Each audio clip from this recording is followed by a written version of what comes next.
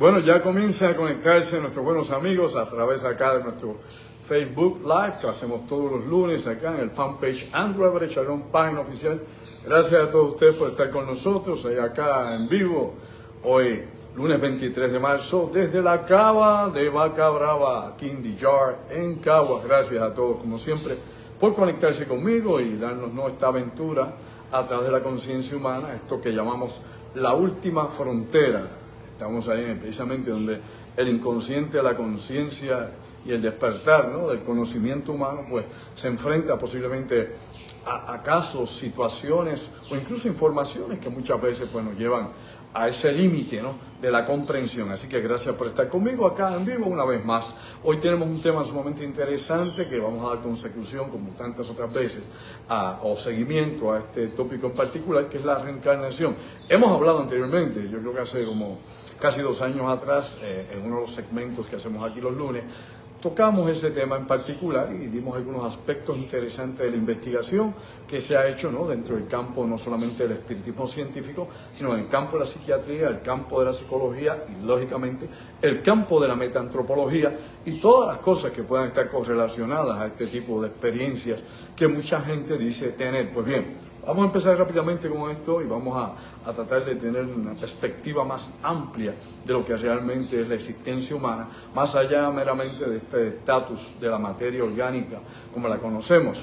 Antes, ¿no?, de entrar en materia, específicamente en el tema, quiero también agradecer a toda esa gente buena, a esas cientos de personas que se dieron cita conmigo este pasado sábado 21, estuvieron con nosotros allá en Café Sí o Sí, compartiendo en la charla taller que tuvimos sobre los temas también trascendentes y también aspectos paranormales del desarrollo de mis investigaciones en los últimos años. Allí presentamos la charla y taller entre lo humano y lo desconocido. Gracias a toda esa gente, como siempre, dándonos apoyo cada vez que presentamos estas propuestas para ustedes y viendo cosas que de lo común y de lo corriente no se presentan y no se analizan desde un punto de vista crítico, y sobre todo las experiencias personales que pudimos allí esbozar para toda esa gente que interesaba precisamente saber un poco más de lo que hacemos y de lo que ha sido nuestra vida dentro, ¿no?, del campo de la investigación. También adelanto y les recuerdo que estaremos el 25, sábado 25 de abril, allá en Ponce, en Estudio 58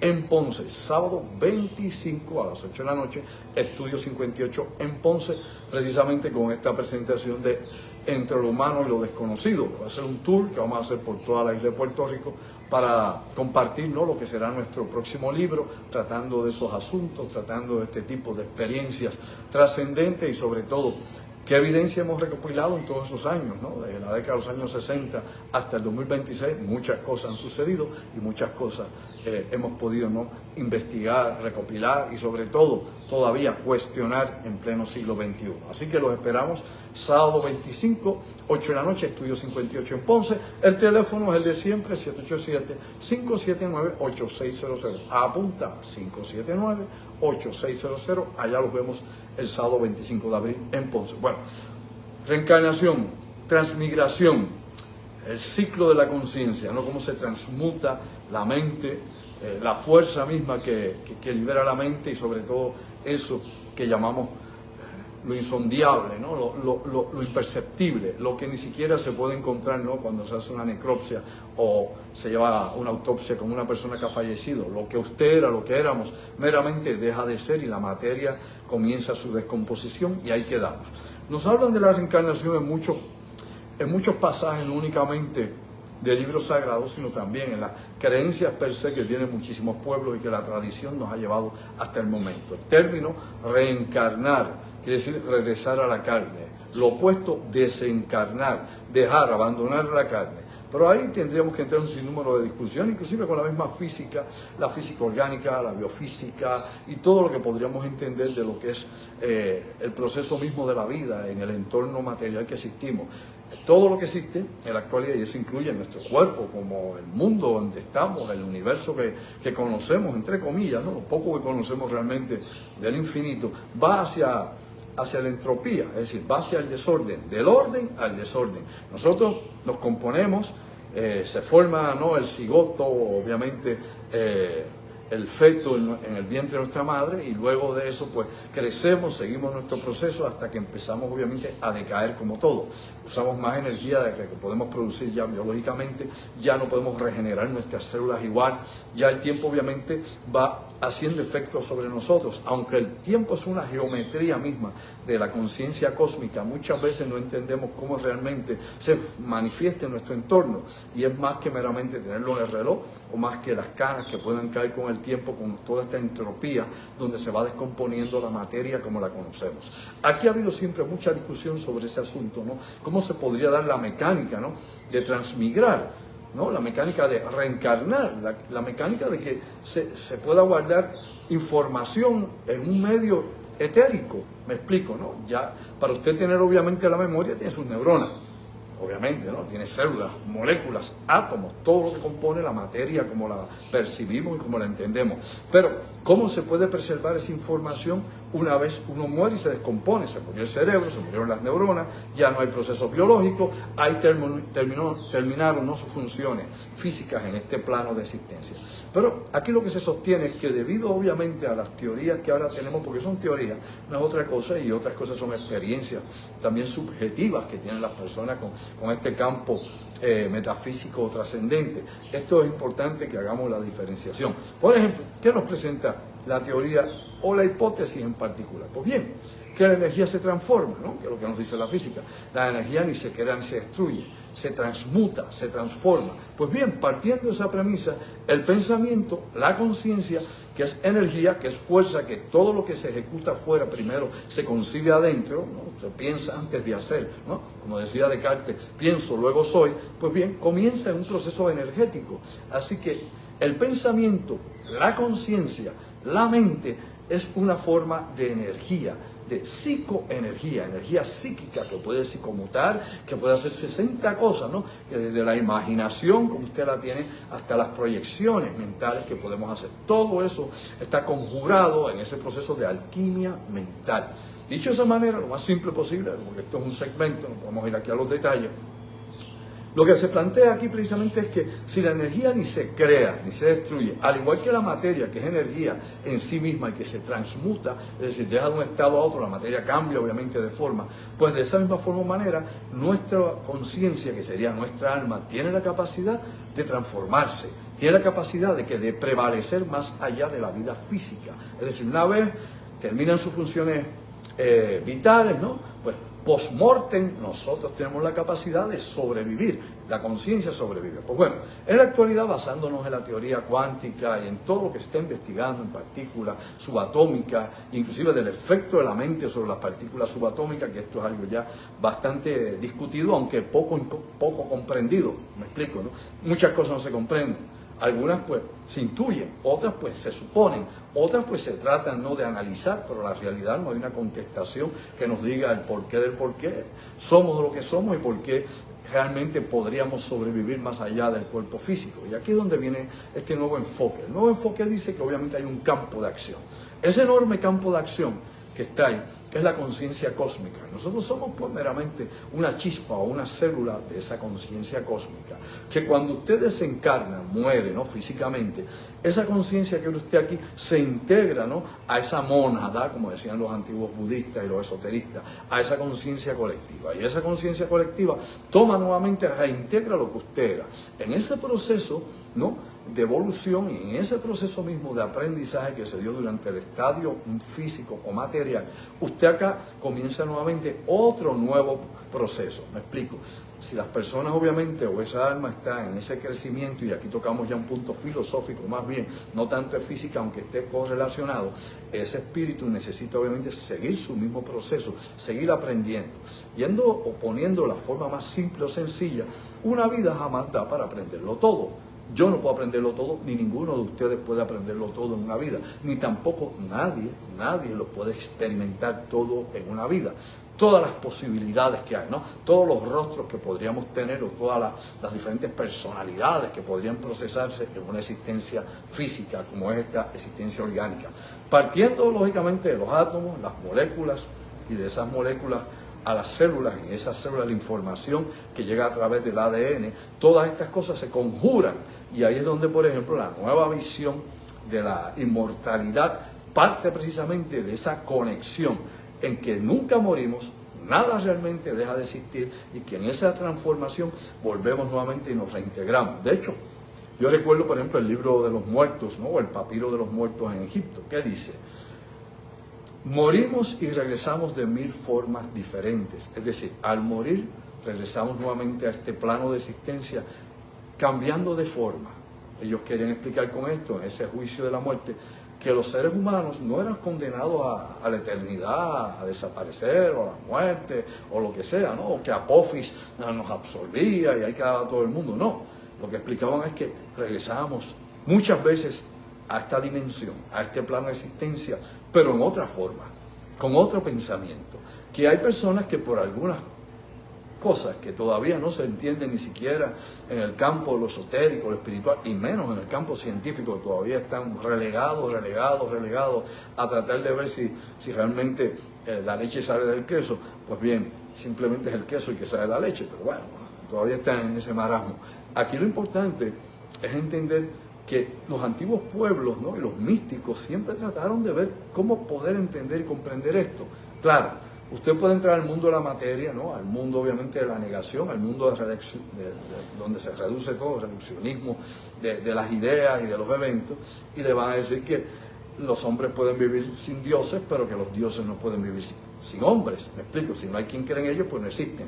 Pero el hombre puede ser ateo y seguirá viviendo como si nada. O sea que partiendo de esa premisa existencial, hay quien obviamente cree que todas estas cosas son meramente la imaginación y sobre todo el autoconfort que se quiere dar al ser humano ante la inminencia de la destrucción que es la muerte física. Pero claro, eso es reduccionismo, eso es a la mínima expresión y sin darle mucho a la materia gris para buscar realmente la explicación, no la justificación, la explicación de que podamos sobrevivir a esta experiencia física. Ahora, recuerden, lo hemos dicho antes, todo es físico, la energía es física, las ondas son físicas, las partículas son físicas, el universo es físico, el pensamiento es físico, así que se transmuta, todo es físico.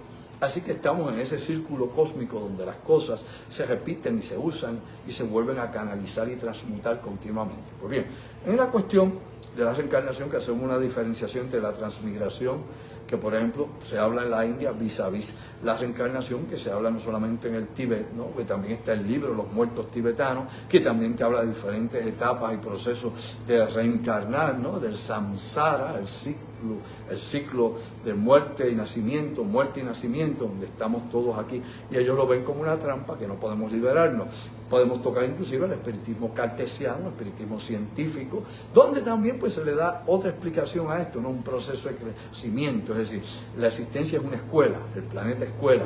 Venimos en cada vida a aprender y a añadir al acervo espiritual y al crecimiento psíquico de cada espíritu, de cada alma. En el proceso obviamente pues tenemos muchísimas cosas, cambiamos inclusive de polaridades, es decir, de sexo, de forma, de raza, de color, de todas esas cosas. Claro, en este ciclo de la conciencia, en esa transmutación de cambio, nacimiento, ¿no? Y sobre todo en la misma eternidad como la entendemos, lógicamente pues tratamos de ver cómo se puede entender. Yo quiero aquí traer, por ejemplo, varios ejemplos, varias cosas, ¿no? Y específicamente varios personajes que para mí han sido importantes durante todos estos tiempos. Primeramente, en los años 90 se hizo muy popular Brian Weiss, ¿no? Este psiquiatra estadounidense, se hizo famoso en el mundo, escribió aquel libro Muchas vidas, muchos sabios, Amor eterno, y ha escrito como 8 o 9 libros que han sido bestsellers, precisamente partiendo de la premisa de que las personas vuelven a este plano de existencia una vez desencarnaron o murieron en otro tiempo, algunos casos rápidos, pero lógicamente Brian Weiss no es el pionero de este campo, ni tampoco el más ilustrado o conocedor de ese asunto. Lo mercadeó muy bien.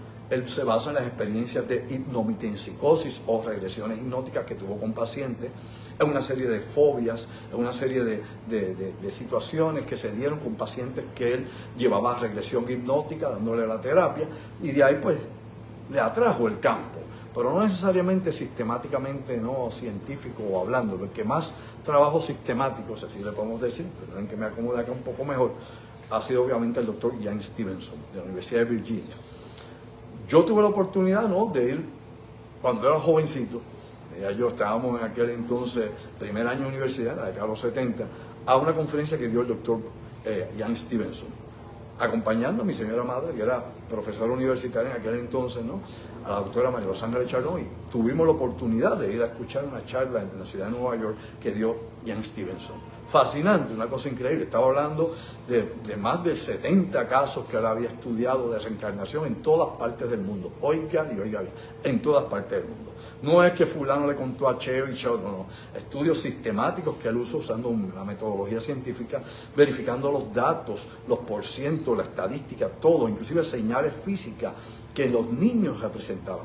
Él se concentró en estudiar la reencarnación en niños, no en gente adulta que puede tener fantasías mentales, personas que tienen falsa memoria, 40 cosas. O sea, hay una explicación de la A a la Z para descartar muchas de las cosas que los adultos decimos, porque ya estamos psicológicamente acondicionados, la experiencia, nuestras creencias, nuestros prejuicios, añade lo que usted quiera por ir para abajo, nuestro carácter, etcétera, etcétera, etcétera, pues obviamente modifican, deforman o sobre todo crean un nuevo recuerdo de lo que tal vez creemos que es, basado en nuestros intereses o inclusive, como dije hace un rato, en las tendencias que pueden haber en la sociedad que vivimos o en nuestros propios prejuicios. Ahora, aclarado eso, Brian Weiss se fue al filtro mínimo. El filtro mínimo es niños de meses de nacido, que no pueden expresar nada, niños de 1 año, de 2 años, de 3 años, específicamente niños de 3 a 6 años. De los 3 a los 6 años, registrando casos de niños que hablaban en otros idiomas, en otras lenguas, ¿no? Eso es lo que se llama en parapsicología xenoglosia. La xenoglosia es hablar una lengua que ese niño no está en su casa.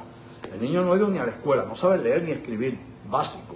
Y sin saber leer ni escribir, ni estar obviamente influenciado por un vecino que sea chino, o que sea, qué sé yo, francés, o alguien en la familia, el niño sale hablando o chino o francés.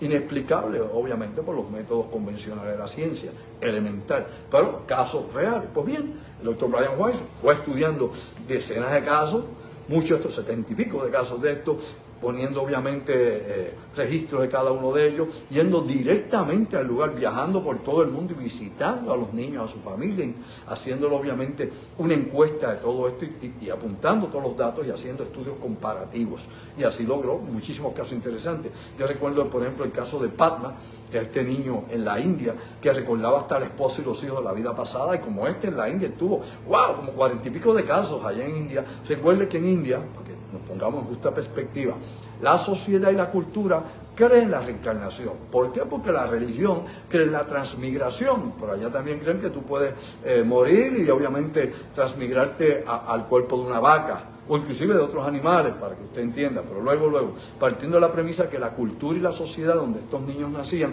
permitían ese tipo de expresión porque era la creencia popular, es lo que cree el pueblo, es el folclore, la cultura, todo. Así que el entorno de estos niños pues se prestaba para hacer más fácil que estas experiencias fueran aceptadas por sus papás, por su familia, y no visto como un pájaro raro, como algo extraño. Acá, por ejemplo, pues la gente lo ve como algo raro, y si usted va a un país donde todavía la religión es más fuerte y negacionista a la situación, o sobre todo que reniegan de la reencarnación o del mundo espiritual, pues peor, es decir eso, o está poseído, o al nene hay que meterlo con un psiquiatra, hay que asilarlo, etcétera, etcétera, dependiendo el nivel obviamente de presión que pueda haber en el medio ambiente social. Dicho eso, para aclarar el plano en el aspecto sociológico y antropológico, pues hay que tocar algo más. Este caso, los que estudió el doctor Jan Stevenson efectivamente nos llevan a muchos otros lugares más. Hay un caso que se dio, por ejemplo, en el Líbano, en la década de los 1960. Era un niño que se llamaba Ismat Alawar. Ismat Alawar era un niño que decía que él había vivido allí mismo en el Líbano también, pero que se había llamado de otra forma, otra manera. Él recordaba básicamente todas las cosas donde él vivía, en el pueblo que él vivía, que no era donde él estaba, la ubicación que él estaba, al igual que pasaba con los niños en la India. Recordaban algo que era imposible, categóricamente imposible, aunque la palabra no se debe usar, pero no había forma o manera que se contaminara o que fuera, qué sé yo, tuviese información adicional de la vida de alguien que ya había muerto y que nada tenía que ver con su familia, ni con su pueblo, ni con nada. Totalmente vinculada una cosa a la otra. De hecho, el doctor Brian Weiss le hizo una prueba de 57 preguntas, ¿no?, buscando datos, y pudo contestar efectivamente 51. Es decir, 51 veces pudo decir de las 57 todo, detalle por detalle. Así que si eso no es evidencia, hay que despertar del marasmo. Pues bien, aparte de esto, yo recuerdo en los años 90, y hubo un caso, hubo varios casos, pero hubo un caso que era el de este muchacho, que era un niño que había nacido en 1998, recuerdo que ese caso se publicó ya para el 2003, 2004, y el caso relataba la vida de un niño llamado James Leninger. James Leninger dice que había sido piloto de guerra, y en esa experiencia que él contaba de que era niño, porque él soñaba, como mucha gente ha soñado, bueno, no sé cuántos de ustedes, pero a mí me ha pasado algo similar cuando era niño, ¿no? Que soñaba con cosas que no era lo que tenía que ver ahí, y a veces creía que me estaba pasando a mí mismo. Pero bueno, aparte de fantasías del sueño o lo que sea, son básicamente esas señales que nos dan de que algo del pasado está ahí con nosotros. Pero bueno, en el caso de James Leninger, él decía que el avión se estaba quemando, que él se estaba estrellando, que él moría estrellado, ¿no? Y los papás se preocupaban por eso. Y él decía que él había sido piloto en la guerra y que él había muerto en Iwo Jima, ¿no? En 1945, cuando Estados Unidos atacó la isla Iwo Jima en la guerra contra el Japón. Y que él había muerto allí. Y de hecho da el nombre de un compañero de vuelos de él que también murió allá, que se llama James Houston. Y él menciona a esta gente, menciona el portaaviones, menciona el modelo del avión, da datos técnicos. Estamos hablando de un niño de 4 años, mi amigo.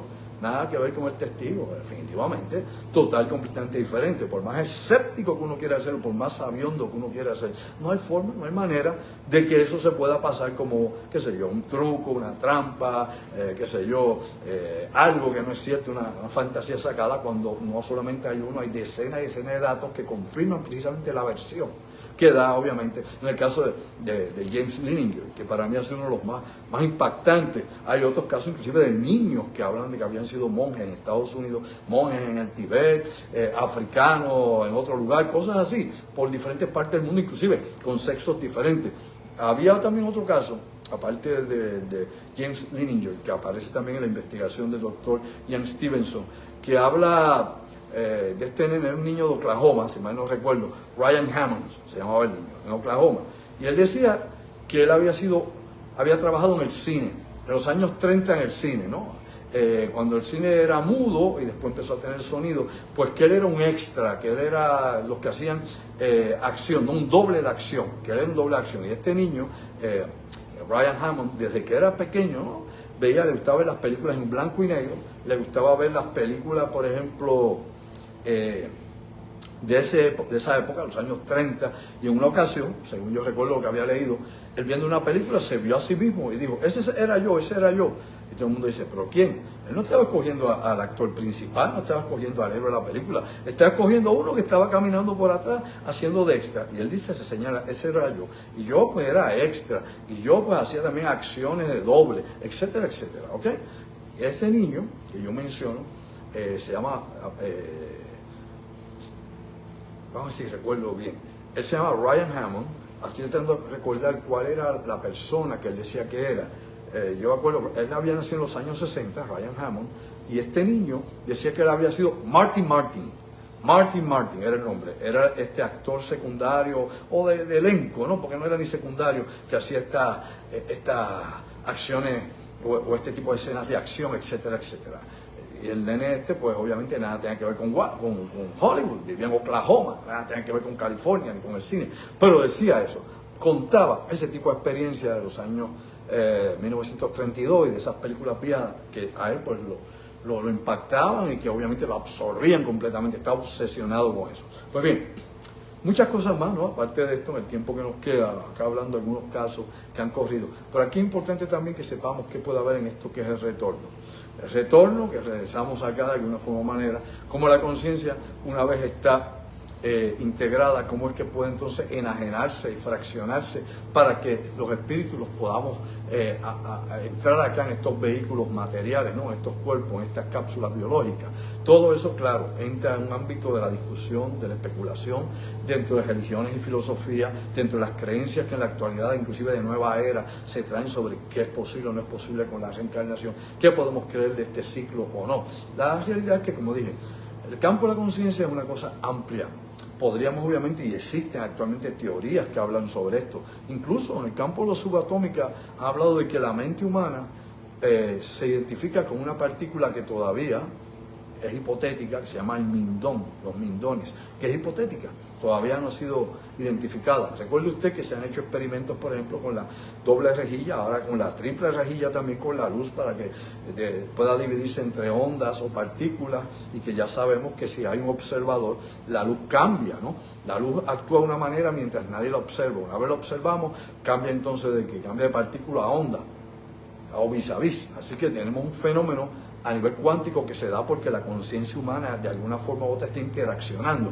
La ciencia al día de hoy no tiene explicación exacta, ¿no? La evidencia exacta de por qué la luz deja de ser partícula para convertirse en una onda, específicamente cuando alguien, una conciencia, la ve, pero es una acción universal. Así que no es una cosa que pasó una vez, pasa siempre que se hace de esa manera, reacciona, ¿no? No sabemos si es al estímulo de la mente, si es el observador mismo, no se sabe exactamente cuál es la mecánica del por qué esto ocurre. Pues partiendo de esa premisa surge la teoría del mindón, partículas psíquicas que pueden interaccionar con los neutrinos, por ejemplo, que pueden interaccionar con los electrones, con tantas cosas más, con los campos electromagnéticos, con las fuerzas débiles del universo, con las fuerzas fuertes, con la materia misma, con todo lo que hay.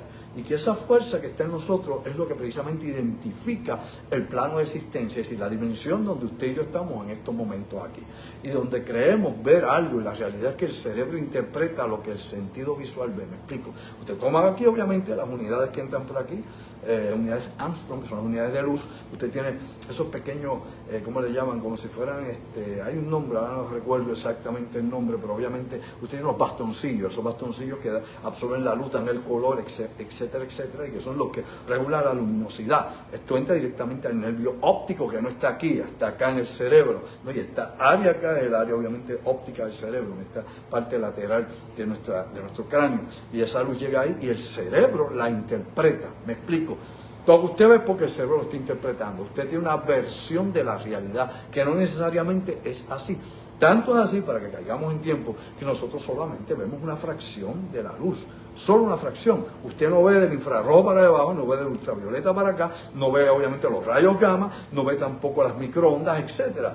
Cuando usted viene a ver qué nivel de percepción tienen sus ojos, es mínimo, al igual que sus oídos. Así que sus sentidos están calibrados a esta tercera dimensión. Lo que hay más allá, que inclusive desde los perros hasta los insectos, los pájaros, las aves y tantas otras formas de vida de este planeta pueden percibir que usted no percibe, está ahí. De que usted no lo ve o no lo percibe no quiere decir que no existe, es que usted no tiene la capacidad de saber que existe, de poderlo verificar a través de sus sensaciones, de sus estímulos, ¿no? De los sentidos per se. Pero más allá de eso hay un inmenso universo insondable que no percibimos. Pues estas cosas caen en esa frecuencia de ese universo donde los sentidos no nos permiten captar y menos comprender, elemental. O sea, no comprendemos todo eso.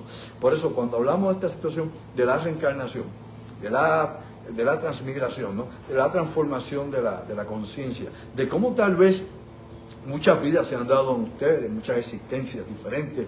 Alguna gente pues guarda algunos recuerdos. Yo recuerdo la infancia, cosas que yo recordaba que no las podía haber vivido. Yo era muy niño, muy pequeño, yo tendría 2, 3 años de edad, pues yo tengo memoria de los 3 meses, yo recuerdo todo básicamente, y siempre lo discutía con mis amigos o compañeros en la universidad.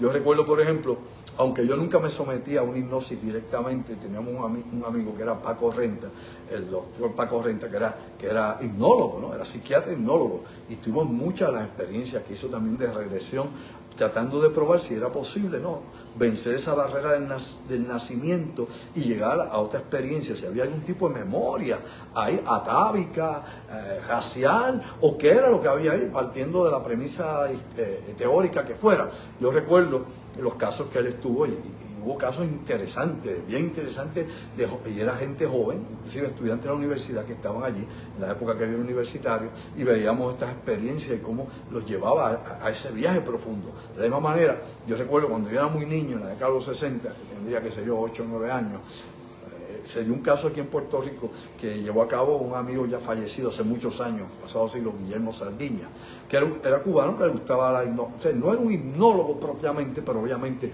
era la persona que daba este tipo, qué sé yo, de demostraciones. Y yo recuerdo que en una de esas demostraciones se logró cuadrar la regresión hipnótica o la hipnomitempsicosis de un muchacho, en aquel entonces un muchacho joven. Yo era un nene, estaba con mi señora madre en aquella experiencia, porque a mí siempre esto me atrajo. Había un amigo nuestro que era estudiante de universidad, que era vecino y era amigo de Guillermo Sardiña, y ahí lo conocimos cuando éramos jóvenes.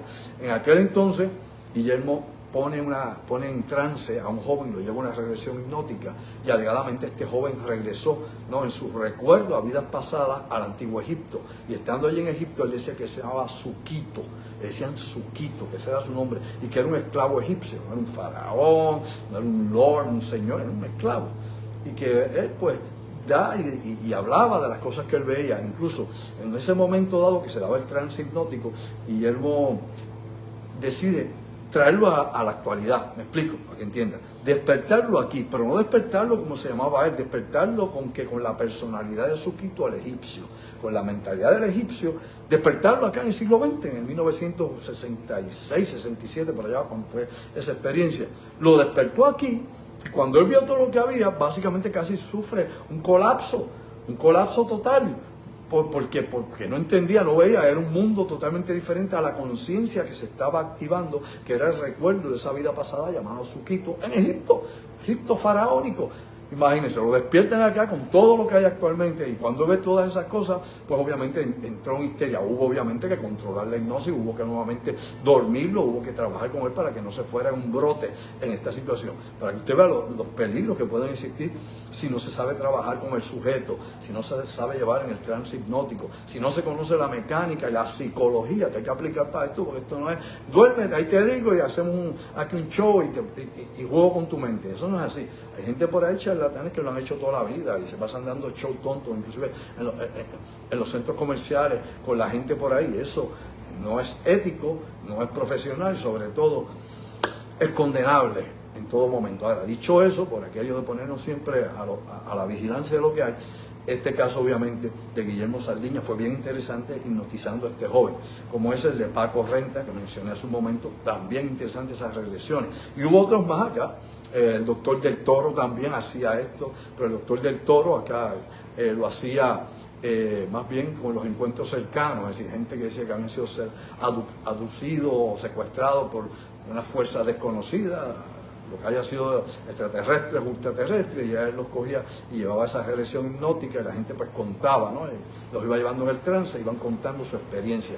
Pero eso en el campo de la hipnosis, claramente hay cosas que trascienden todo eso, y hay gente que siempre tiene de alguna forma algo de ese retorno, desde una cicatriz, que ha habido casos donde alguien ha sido asesinado y tienen hasta una cicatriz, nacen con una marca en el cuello, o en otros lugares donde lo apuñalaron, lo balearon, etcétera, etcétera.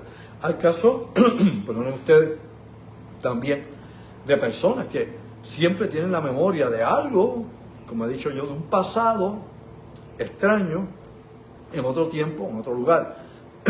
Hay gente que también dice recordar, ¿no?, de que se veía en otro plano o en otro lugar, en otra nación. Hay personas que tienen una atracción increíble por lugares en el mundo, y siendo ni siquiera habiéndolo visitado, ¿no? Yo recuerdo mucha gente siempre se atrae por Egipto, eso no hay duda, y por Grecia, pero yo recuerdo gente que yo he conocido, y me incluyo yo entre ellos, que tenían una pasión increíble por ciertos lugares en específico, sea en Egipto, sea en México precolombino, sea donde quiera, y sentían una pertenencia, de que de alguna forma o manera se conectaban con ese lugar, y que era algo que no podían explicar, que salía del interior, desde temprana edad. No fue que lo vieron en una película y le gustó el sitio, o leyó una novela, o alguien le contó, simplemente sentían, ¿no?, motus propio, una atención, un interés por esos lugares. Podrían haber muchas explicaciones psicológicas de esto, podrían haber muchas cosas más. Dentro de la metaantropología, por ejemplo, se investiga cómo estas relaciones tienen que ver obviamente con las conductas obviamente ritualistas, las conductas lógicamente de cultural o social, y cómo una persona puede, ¿no?, traspolarse de un tiempo, de una cultura, de un pueblo, de una nación, de una etnia, a proyectarse en otro que es total y completamente diferente, y cómo tener de alguna forma otra noción de aquello allá. O sea, hay muchas formas o maneras. Esto obviamente es un campo infinito de investigación, y el campo de la trascendencia está ahí. Así que Bueno, ya me dicen por acá, ya llegamos al final de la media hora, hicimos lo que se pudo tratar de concentrar, ¿no?, en esta pequeña síntesis que hemos hecho esta tarde acá en vivo, aquí desde Vaca Brava, desde la Cava.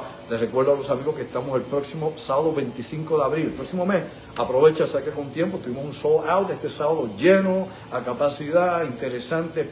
Hicimos más de una docena de experimentos y la gente se dio cuenta que hay una fuerza interior y hay unas cosas que no son fáciles de explicar, que no es ni ilusionismo, ni es prestidigitación, nada de esto, porque ahí no hacemos truco de magia. Yo no soy mago, ni ilusionista. Simplemente la capacidad subconsciente que cada cual tenga.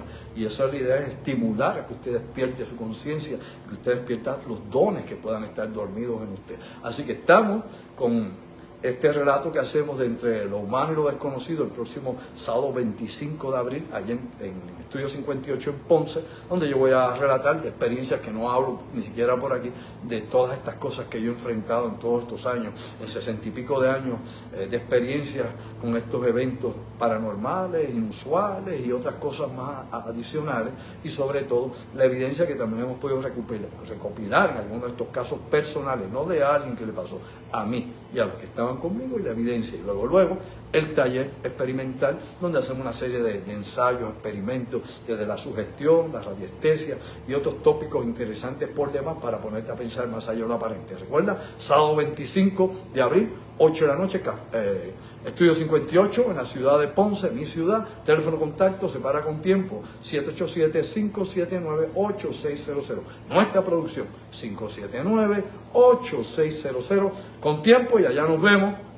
Y esperemos que el mundo no se vaya en volanda antes que eso. Se me cuidan mucho, los veo el miércoles desde la carretera en Pensando en Voz Alta. Pero bueno, ahí estoy ya, me voy a tomar agua ya mismo. En Pensando en Voz Alta. Así que te lo dejo aquí. Sayonara, ojo visor, oído en tierra. Se me cuidan todos. Hasta la próxima.